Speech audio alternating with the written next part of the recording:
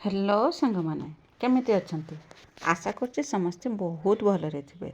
आपण समस्त को मो तरफरु जय गुरु ठाकुर डाकुछि आपण भलरे रुहंतु सुस्थरे रुहंतु आपणकर पूरा दिनटी मंगलमय हो आउ भलरे भलरे कटि जाऊ।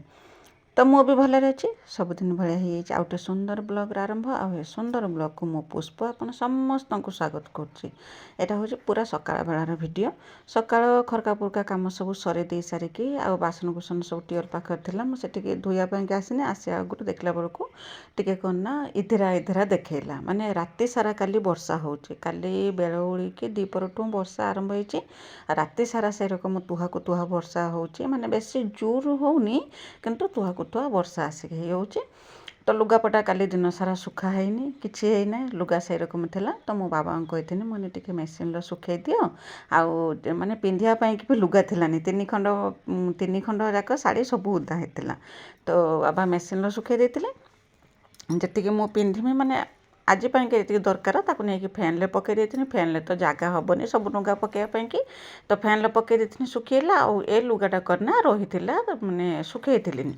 मु कहनी एटा काली घर जागा हेने कि फैन लो पके ପାଇଁ जागा हेने सुविधा हेने मु कना नै कि पकेमी।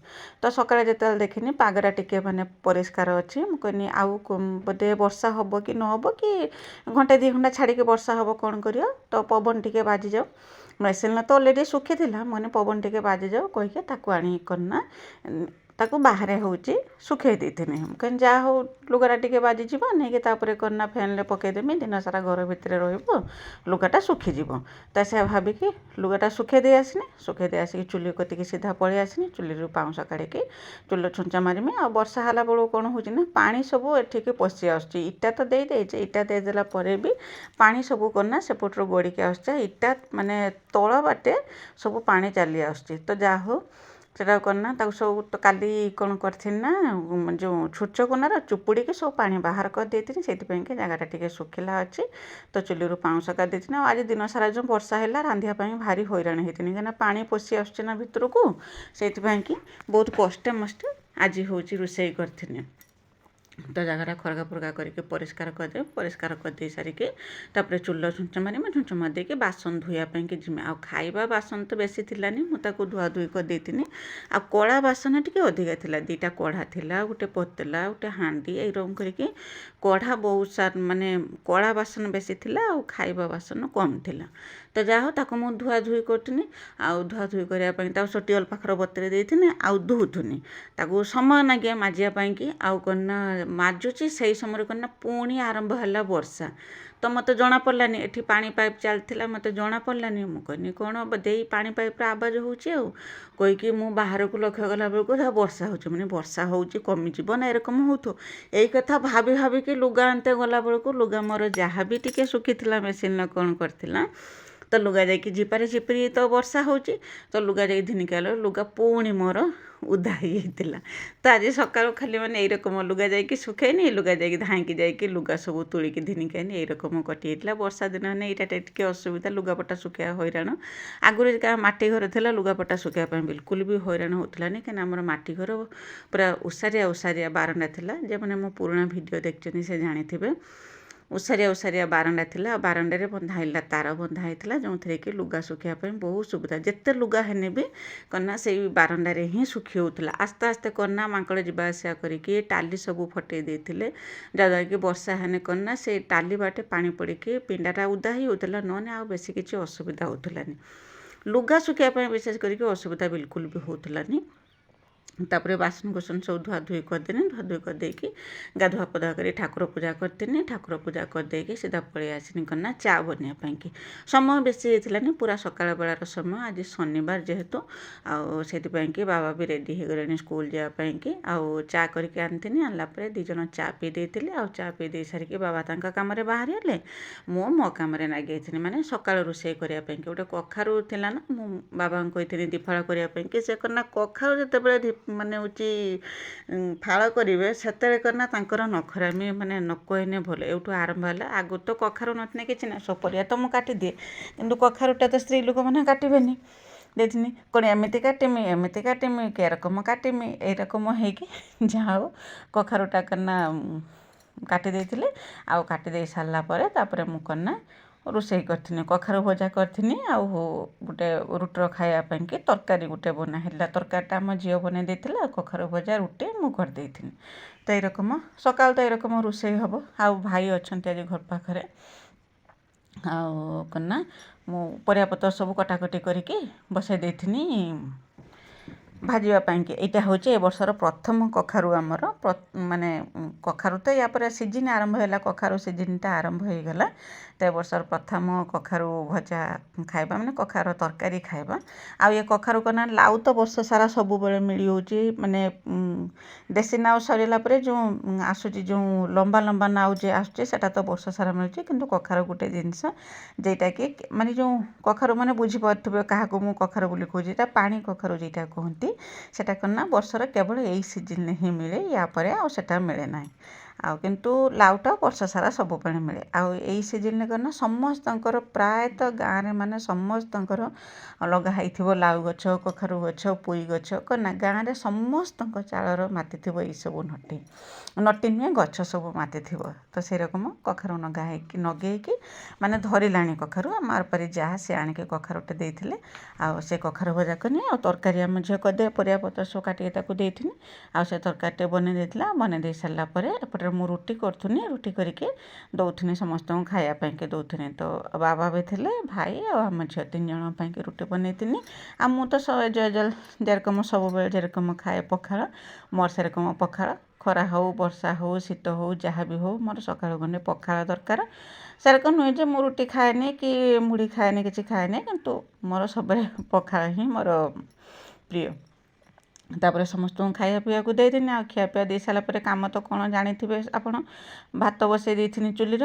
ଆଉ ବର୍ଷା ହେଉଥିଲା ଯେହେତୁ ଆଉ ମୁଁ ସେଠିକାର ଭିଡ଼ିଓ କିଛି ବନେଇଥିଲିନି, କାହିଁକିନା ସେଠି ପୁରା ଯେତେ ବର୍ଷା ହେଉଥିଲା ସେତେ କାଦୁଅ ବି ସେଠି ହେଉଥିଲା, ପାଣି ହେଉଥିଲା। ମୁଁ ତାକୁ କନା ଛୁଞ୍ଚ ଗୁନାର ପାଣି ସବୁ ଚୁପୁଡ଼ିକି ବାହାର କରୁଥିଲି, ମାନେ ଭେଦେଇ ଦେଉଥିଲି ବାହାରେ ଆଣିକି ଚୁପୁଡ଼ି ଦେଉଥିଲି। ଏଇରକମ କାମ କରୁଥିଲି। ଆଉ କଷ୍ଟମଷ୍ଟ କରିକି ରୋଷେଇ କରିଦେଇଥିଲି।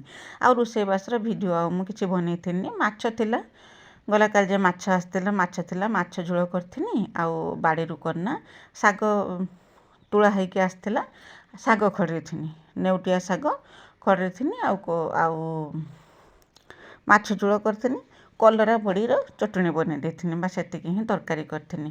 ଆଉ ବାସନ କୁସନ ଧୋଇକି ଭାତ ବସେଇକି ତ ବାସନ କୁସନ ଧୋଇନି, ଧୋଇ ଦେଇକି ଶାଗ ବାଗେଇବା ପାଇଁ ଆସିଥିନି।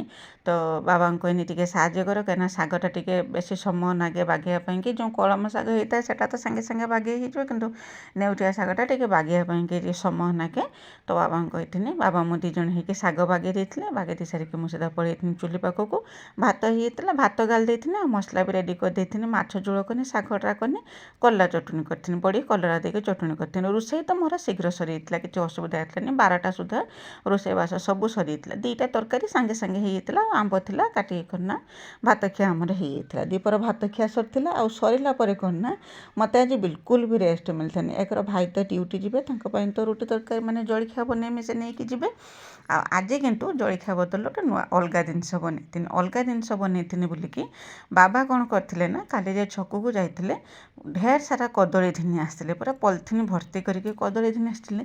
ଆଉ ଏତେ କଦଳୀ କ'ଣ ହେବ, ମାନେ କ'ଣ ନଷ୍ଟ ହେଇଯିବ, ମାନେ ପଚିଯିବ ନଷ୍ଟ ହେଇଯିବ। ତ ସେୟା ଭାବିକି ମୁଁ ସକାଳ ପୂର୍ବରୁ ନା ମନସ୍ଥ କରିଥିନି କଦଳୀ ପିଠା କରିମି ବୋଲିକି। ତ ମୁଁ କହିନି ଯଦି କଦଳୀ ପିଠା କରୁଛି ଆଉ ରାତିର ଖାଇବା ପାଇଁ କଦଳୀ ପିଠା କରିମି ବୋଲି ଭାବିଥିଲି।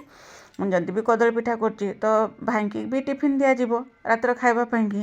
ତ ମୁଁ ଏଇ ପିଠା ବନେଇଦେମି, ପିଠା ବନେଇଦେଲେ ଭାଇଙ୍କର ବି ହେଇଯିବ, ରାତି ଖାଇବା ହେଇଯିବ। ଆଉ କ'ଣ ନା ଆମ ସମସ୍ତଙ୍କର ବି ହେଇଯିବ। ତ ସେଇଆ ଭାବିକି ଚାଉଳ ସକାଳୁ ମୁଁ ବତୁରେଇ ଦେଇଥିନି, ଅରୁଆ ଚାଉଳ ବତୁରେଇ ଦେଇଥିନି।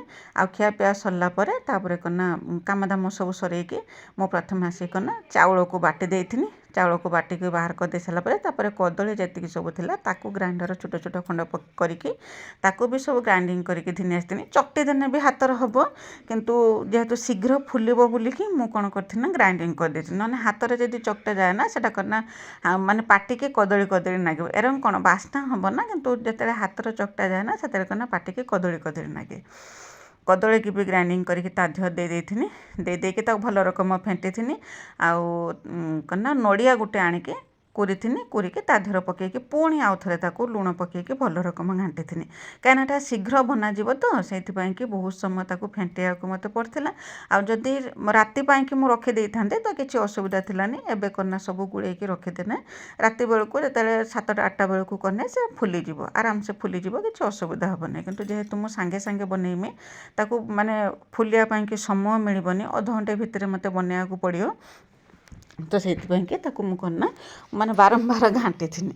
ଆଉ ଯାଇକି ଟିକେ ସମୟ ଏପଟ ସେପଟ ମାନେ ଏପଟ ସେପଟ କ'ଣ ହେଇଥିନି ସବୁ ଯେଉଁ ଜିନିଷପତ୍ର ଯାହା ସବୁ ଏଠି ଯେଉଁ ରଖିଥିନି କିଚେନ୍ଟା ଏଠି ସଫା କରିଥିନି, ନଡ଼ିଆ ଯେ କୁରିଥିନି ତାପରେ ତାକୁ ନେଇକି ସବୁ ବାହାରେ ପକେଇଥିନି, କିଚେନ୍ଟା ଗୁଛେଇଥିନି, ଏରକମ ମୋ କାମରେ ସବୁ ନାଗିଥିନି। ଆଉ ଯେତେବେଳେ କନା ଟାଇମ୍ ହେଇଯାଇଥିଲା ଆଉ ମୋତେ ନାଗିଲା ଅଧଘଣ୍ଟେ ହେଇଯାଇଥିଲା ପିଠା ଫୁଲିବ ବୋଲିକି, ତ ମୁଁ ପିଠା କରିବା ପାଇଁକି ପଳେଇ ଆସିଥିନି। ଆଉ ପ୍ରଥମେ କନା ପୁଣି ତାକୁ ଲୁଣ ତ ପକେଇ ଦେଇଥିନି, ତାକୁ ଆଉ ଟିକେ ଖାଇବା ସୋଡ଼ା ପକେଇକି ପୁଣି ଆଉ ଥରେ ତାକୁ ଘାଣ୍ଟିଥିନି, ଭଲ ରକମ ଗୋଳେଇଥିନି। ଆଉ ଏରକ ବାରମ୍ବାର ତାକୁ ମାନେ ଗୋଳେଇନେ ନା ସେଟା କଣ ନା ଫୁଲିବ, ଶୀଘ୍ର ଟିକେ ଫୁଲିବ। ଆଉ ସେପଟର କଡ଼େଇ ବି ବସେଇ ଦେଇଥିନି, କଡ଼େଇ ବସେଇ ଦେଇକି ଗରମ ହେଲା ପରେ ହାଲକା ଟିକେ ତେଲ ଦେଇଥିନି, ମାନେ ଟିକେ ତେଲ ଯେରକମ କି ପିଠାଟା ଉଠିବ ନାଗିବନି। ତ ଦେଇକି ଏଇଥିରୁ କନା 2 ଚାମଚ 3 ଚାମଚ ଦେଇ ଦେଇଥିନି, ପିଠଉ ଦେଇ ଦେଇଥିନି, ପିଠଉ ଦେଇକି ତାକୁ ଘୋଡ଼େଇ ଦେଇଥିନି। ଘୋଡ଼େଇ ଦେଇକି ପୁଣି ସେରକମ 10 ମିନିଟ୍ କି 15 ମିନିଟ୍ ଅପେକ୍ଷା କରିଥିନି, ଯେତେବେଳେ ପର୍ଯ୍ୟନ୍ତ ତା ଉପରଟା ମାନେ ପିଠା ନ ହେଇଥିବ। ହେଇସାରିଲା ପରେ ତାକୁ କନା ଯାଇକି ନଉଟେଇ ଦେଇଥିନି, ବାସ୍ ରେଡ଼ି ହେଇଯାଇଥିଲା କଦଳୀ ପିଠା। ତ ମୁଁ ଏମିତି ତ ପିଠା ବନାଏ ଖାଲି ଫୁଲା ମୁହାଁ ବୋଲିକି ଯେଉଁ ମୁଁ ବି କୁହେ, ଖାଲି କଦଳୀରେ କନେ ହେବନି। ତ ଆପଣମାନେ ଯାହା ବି ଚାହିଁବେ ଏରକମ କଡ଼େଇରେ ବନେଇ ପାରିବେ। କଡ଼େଇରେ ହେଉ କି ପ୍ରେସର କୁକରରେ ହେଉ କି ଚୁଲିର ବି କେଟିଲର ତେଲ ଦେଇ ଦେଇକି କେଟିଲର ଯଦି ନିଆଁ ଅଛି ଚୁଲିର ବି ଆପଣ ବସେଇ ପାରିବେ। ତ କି ସୁନ୍ଦର ହେଇକି ପିଠା ବାହାରି ପଡ଼ିବ। ତ ସେପଟରେ ପିଠଉ ଦେଇ ଦେଇଥିନି କଡ଼ାର, ଆଉ ଏପଟରେ କନା ଶାଗ ଯେ ଦ୍ୱିପହରେ ଯେଉଁ କରେଇଥିନି ସେ ଶାଗ ବି ବଞ୍ଚିଥିଲା, ତାକୁ କନା ବାହାର କରିକି ଫ୍ରିଜରେ ରଖିଦେନି। ରଖିଦେଇକି ଆଉ ଯେତିକି ସବୁ ବାସନ କୁସନ ବାହାରିଲା ତାକୁ ସବୁ ଧୁଆଧୁଇ କରିଦେନି। ଦେଇକି ଠିଆ ତ ହେଇ ହେବନି ନା, କିଚେନ୍କୁ ଆସିଲା ମାନେ ଗୋଟେ ସେକେଣ୍ଡ ଠିଆ ହେଇ ହେବନି, ଖାଲି ଆଖିକି ଦେଖାହେବ ଯଦି ଅଲରା ହେଇକି ଥିବ କେଇଟା କ'ଣ କରିମି ମାନେ କାମ କେରକମ ସରିବ ବୋଲିକି। ତ ମୋର ତ ସେରକମ ହୁଏ, କିଚେନ୍କୁ ଆସିଲା ମାନେ ମୋତେ ଖାଲି ଦେଖାଯିବ କ'ଣ କେଇଟି ବୋତଲ ଗୁଛେଇକି ରଖିମି, କେଇଟି ମାନେ ବାସନ ପଡ଼ିଥିବ ତାକୁ ଗୁଛେଇକି ରଖିମି, ଏରକମ ମୋର କାମ ସବୁ ଚାଲିଥାଏ। ତ ବାସନକୁସନ ଯାହା ସବୁ ବାହାରିଥିଲା, କ୍ଷୀର ବି ଗରମ କରିଥିନି, ବାସନକୁସନ ଯାହା ସବୁ ବାହାରିଥିଲା ସେସବୁ କନା ଧୁଆଧୁଇ କରିକି ରଖିଦେନି। ଆଉ ରଖି ସାରିଲା ବେଳକୁ ପିଠା ମୋର ହେଇଯାଇଥିଲା, ଗୋଟେ ପଟେ ହେଇଯାଇଥିଲା, ତାକୁ କନା ପଲଟି ଦେଇଥିନି। ପଲଟି ଦେଇ ସାରିଲା ପରେ ଦେଖନ୍ତୁ କି ସୁନ୍ଦର ହେଇକି ପିଠା ମୋର ବାହାରି ଆସିଲା। ତ ଏଇରକମ 2ଟା ପିଠା କେବଳ ବନେଇଥିନି, ବେଶୀ ବନେଇଥିଲିନି। ଆଉ ଭାଇଙ୍କର ଟିଫିନ୍ରେ ଦେଇ ଦେଇଥିନି ରାତି ଖାଇବା ପାଇଁକି ପିଠା ଆଉ କ୍ଷୀର। ତ ଏଇରକମ ହେଇଥିଲା କାମ ମୋର ଚାଲିଥିଲା। ଏତିକି ସବୁ କାମ ସରିଲା ବେଳକୁ 4ଟା ବାଜି ଯାଇଥିଲା। ତ ତାପରେ କନା ବେଳୁள்ள କାମ ଯେତିକି ଥିଲା ସବୁ କରିଥିନି। ତ ଆସିକି ଆପଣଙ୍କ ସାଙ୍ଗରେ ଭେଟ ହେଉଛି ସନ୍ଧ୍ୟା ସମୟକୁ, ପୁଣି ସେଇ ପିଠଉ ଧନ୍ଦା। ପିଠଉ ଧନ୍ଦା ମାନେ ଆପଣମାନେ ବୁଝିପାରୁଥିବେ, ସନ୍ଧ୍ୟା ଦେଇକି କାମଦାମ ସବୁ ସରେଇ ସାରିକି ତ କହିଲେ ଛୁଆ କହିଲେ ନା ଭୋକ ଲାଗିଲାଣି ବୋଲିକି। ତ ମୁଁ କହିନି ହଉ ଗୋଟେ ନୂଆ ଜିନିଷ ବନେଇଦେମି। ତ ସେଇ ଯେଉଁ ପିଠଉ ଥିଲା ସେଥିରୁ କିଛି ପିଠଉ ବାହାର କରି ଆଣିନି। ବାହାର କରି ଆଣିକି ସେଥିରେ ତ ଥିଲା ଚୁନା ଥିଲା, କଦଳୀ ଥିଲା, ନଡ଼ିଆ ଥିଲା, ସବୁ ଥିଲା। ସେଥିରେ କନା ଦେଇ ଦେଇଥିନି ଚିନି ଆଉ ଗୁଜୁରାତି 2ଟା ଛେଚିକି ତା ଦେହରେ ଦେଇ ଦେଇଥିନି। ଦେଇ ଦେଇକି ତାକୁ ଟିକେ ଫେଣ୍ଟି ଦେଇଥିନି। ଫେଣ୍ଟି ଦେଇ ସାରିକି କ'ଣ କରିଥିନି ନା ମାନେ କାକରା ଛାଣି ଦେଇଥିନି, କଡ଼େଇରେ ଦେଇକି ତାକୁ କାକରା ଛାଣି ଦେଇଥିନି। ବିଶ୍ୱାସ କରନ୍ତୁ ଏତେ ଟେଷ୍ଟି ବନିଥିଲା, ଏତେ ଟେଷ୍ଟି ବନିଥିଲା ଯେ ପାଟିରୁ ଛାଡ଼ିବନି, ଯେରକମ ହେଇଥିଲା ବହୁତ ସୁଆଦିଆ ବନିଥିଲା। ଆଉ ସନ୍ଧ୍ୟାବେଳେ ଜଳଖିଆଟା ବି ଆମର ଏଇରକମ ଏଇଟା ହେଇଯାଇଥିଲା। ଆଉ ରାତିକି ବି ଯେଇ ପିଠା କରିକି ଭାଇଙ୍କି ଦେଇଥିନି, ଆଉ ରାତିକି ବି ସେଇ ପିଠା ବନେଇ ଦେଇଥିଲେ, ପିଠା କ୍ଷୀର ସମସ୍ତେ ଖାଇଥିଲେ। ବାସ୍ ଏଇରକମ ଆଜି ଦିନଟି କଟିଥିଲା। ଆଶା କରୁଛି ଭିଡ଼ିଓଟି ଆପଣଙ୍କୁ ପସନ୍ଦ ଆସିଥିବ। ଯଦି ପସନ୍ଦ ଆସିଥିବ ଚ୍ୟାନେଲକୁ ସବସ୍କ୍ରାଇବ୍ କରିକି ଭିଡ଼ିଓକୁ ଲାଇକ୍ ଟିକେ କରିଦେବେ, କମେଣ୍ଟ ଲେଖିବା ପାଇଁ ବିଲକୁଲ ବି ଭୁଲିବେନି। ଆଉ ଯେଉଁ ବର୍ଷା ଯେଉଁ ହେଉଥିଲା, ଯେଉଁ ତୁହାକୁ ତୁହା ବର୍ଷା, ଆଉ ତୁହାକୁ ତୁହା ବର୍ଷା ସାଙ୍ଗକୁ ଯେଉଁ ଏଇ ଯେଉଁ କାକରା ପିଠା ଯେଉଁ ଛାଣିଥିନି ପୁରା ମଜା ଆସିଯାଇଥିଲା। ମାନେ ବର୍ଷା ବେଳର ସନ୍ଧ୍ୟାଟା ଯେଉଁ ବର୍ଷା ସମୟର ଯେଉଁ ସନ୍ଧ୍ୟାଟା ପୁରା ମଜା ଆସିଯାଇଥିଲା। ତ ଖାଇ ଦେଇକି ତାପରେ ସମସ୍ତେ ସମସ୍ତଙ୍କ କାମରେ ନାଗିଥିଲେ, ମୁଁ ନାଗିଯାଇଥିନି ପିଠା କରିବାରେ। ତ ପିଠା ହେବା ପାଇଁକି 10-15 ମିନିଟ୍ ସମୟ ଲାଗେ, ପିଠା ବନେଇ ଦେଇଥିନି। ଆଉ ପିଠା କ୍ଷୀର ସମସ୍ତେ ଖାଇ ଦେଇଥିଲେ। ଆଉ ଗଲା ଭିଡ଼ିଓରେ ବିଜୟଲକ୍ଷ୍ମୀ ଅପା, ବିଜୟଲକ୍ଷ୍ମୀ ଦିଦି, ପୁଷ୍ପ ଭଉଣୀ ଆଉ ପୂଜା ଭଉଣୀ ସମସ୍ତେ ବହୁତ ସୁନ୍ଦର କମେଣ୍ଟ ଲେଖିଛନ୍ତି। ସମସ୍ତଙ୍କୁ ମୋ ତରଫରୁ ବହୁତ ବହୁତ ଧନ୍ୟବାଦ ଯେ ମୋ ଭିଡ଼ିଓ ଦେଖିକି ଭିଡ଼ିଓରେ ଏତେ ସୁନ୍ଦର କମେଣ୍ଟ ଲେଖିଛନ୍ତି ବୋଲିକି। ତ ବାହାରେ ରିମଝିମ୍ ବର୍ଷା, ମାନେ ତୁହାକୁ ତୁହା ବର୍ଷା ଆସୁଥିଲା। ଏପଟରେ ଆମର ପାର୍ଟି ଚାଲିଥିଲା, କାକରା ପିଠାର ପାର୍ଟି। ବାଟେ ଚାଲିଥିଲା। ତ କି ସୁନ୍ଦର ହେଇଛି ପିଠା, ଆଉ ଦେଖିବାକୁ ଯେତେ ସୁନ୍ଦର ହେଇଥିଲା ଖାଇବାକୁ ବି ସେତେ ଟେଷ୍ଟି ହେଇଥିଲା। ତ ଆପଣ ଯଦି ପାରୁଛନ୍ତି ଏମିତି ବନାନ୍ତୁ, ବହୁତ ସହଜରେ ବନିଯିବ। କିଛି ନାହିଁ ମାନେ ବାହାର କିଛି କିଣାକିଣି ଜିନିଷ କିଛି ନାହିଁ, ମାନେ ସବୁ ଜିନିଷ ହାତ ପାହାନ୍ତାରେ ପାଉଛନ୍ତି। ଏମିତି ବନେଇକି ଖାଆନ୍ତୁ, ଅନ୍ୟକୁ ବି ଖୁଆନ୍ତୁ। ତ ଆଜି ପାଇଁ ରହୁଛି, ବାଏ ବାଏ।